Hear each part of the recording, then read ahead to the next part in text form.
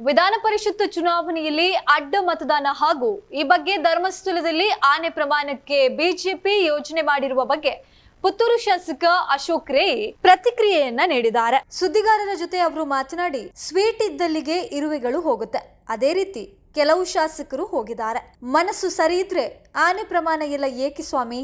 ಮನಸ್ಸಿನಲ್ಲಿ ಕಳ್ಳತನ ಇಟ್ಟು ಆನೆ ಪ್ರಮಾಣ ಮಾಡಿದ್ರೆ ಹೇಗೆ?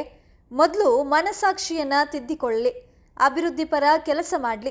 ಅಡ್ಡ ಮತದಾನ ಆಗಿರುವಂತದ್ದು ನಿಜ ಎಂದ್ರು. ಬಿಜೆಪಿ ಪಕ್ಷಕ್ಕೆ ಅವರ ಶಾಸಕರ ಮೇಲೆ ನಿಯಂತ್ರಣ ಇಲ್ವೇ? ಜೆಡಿಎಸ್ ನಾಯಕರಿಗೆ ಅವರ ಶಾಸಕರ ಮೇಲೆ ಹಿಡಿತ ಇಲ್ವೇ?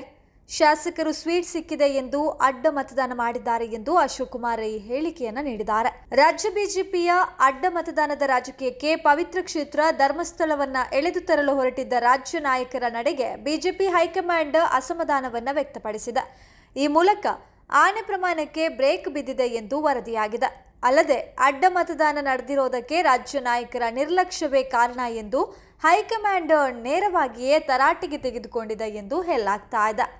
ಮನೆಯಲ್ಲಿ ಭಕ್ತಿ ಮಾಡಿದ್ರು ಒಳ್ಳೇದು, ಪೂಜೆ ಮಾಡಿ ಭಕ್ತಿ ಮಾಡಬೇಕಾದಿಲ್ಲ, ಭಜನೆ ಮಾಡಿ ಭಕ್ತಿ ಮಾಡಿದ್ರೆ ಇನ್ನೂ ಒಳ್ಳೇದು. ಇವರು ಯಾರಿಗೆ ತೋರಿಸ್ಲಿಕ್ಕೆ ಅಲ್ಲಿ ಆನೆ ಮಾಡ್ಲಿಕ್ಕೆ ಬರುದು?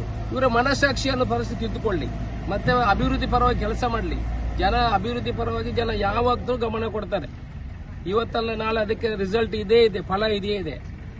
ಅಡ್ಡ ಮತದಾನ ಆಗಿದೆ ಅಲ್ಲ, ಬಿಜೆಪಿ ಅವರಿಗೆ ಎಲ್ಲ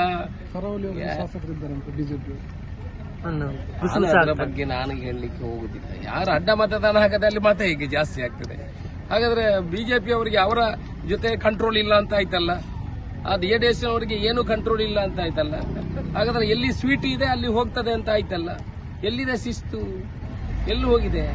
ಸ್ವೀಟ್ ಇಲ್ಲದಲ್ಲಿ ಇದ್ದಲ್ಲಿ ಇರುವೆ ಹೋಗ್ತದೆ, ಸ್ವೀಟ್ ಅಲ್ಲಿ ಏನೋ ಕಂಡಿದೆ, ಇರುವೆ ಹೋಗಿದೆ, ಅಡ್ಡ ಮತದಾನ ಆಗಿದೆ.